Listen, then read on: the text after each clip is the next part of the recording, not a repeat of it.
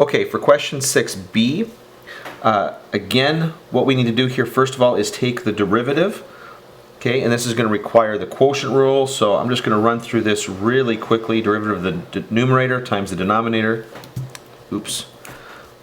minus derivative of the denominator times, I don't know why I keep wanting to put brackets there, over the numerator, x plus 1 squared. Multiply that all out, we get 8x squared plus 8x minus 4x squared all over x plus 1 squared. You can simplify 4x squared plus 8x all over x plus 1 squared, and then factor that out a little bit more to see what my zeros will be.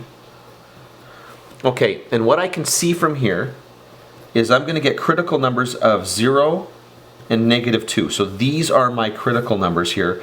I've got this extra one here at x equals negative 1, which is not a critical value because it's not in the domain of the original function. Okay, up here we have to state that x can't equal negative 1. That's not a critical value. However, I still need to know that to know the intervals of increasing and decreasing. And so what I might do here, because this is irrational, is I will set up my little number line here, and notice I am still including negative 1, and then I'm just going to look and see what each factor does. What each factor does along this number line here, and then at the bottom here I'll have my entire function. Now for x, when I plug in values of x from across this number line, 4x is going to reach 0 when x is 0. But everything to the left of it is going to be negative, and anything to the right is going to be positive.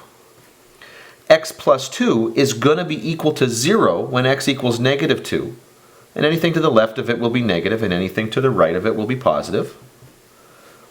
X plus 1, the fun thing about this one only hits 0 at negative 1, but because of the square, it's positive everywhere else.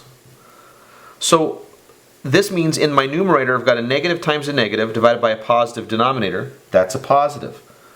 Negative times 0 over positive is 0. Negative times positive divided by positive is going to be negative. Here, the 0 is in the denominator because x plus 1 is in the denominator, so that makes this whole thing undefined. And then I'm just going to keep going here and fill in the rest of them just by following that logic here. Now, when I take a look at this, I can see that this thing is increasing on the interval negative infinity out to negative 2, because negative 2, you follow that line there, that's where I'm getting the 0 from, union, and then it's going to be positive from 0 out to infinity.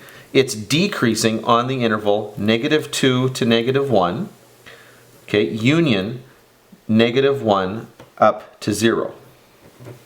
Okay, now we're not including negative 1 because that's an asymptote. That's a vertical asymptote. It's undefined there.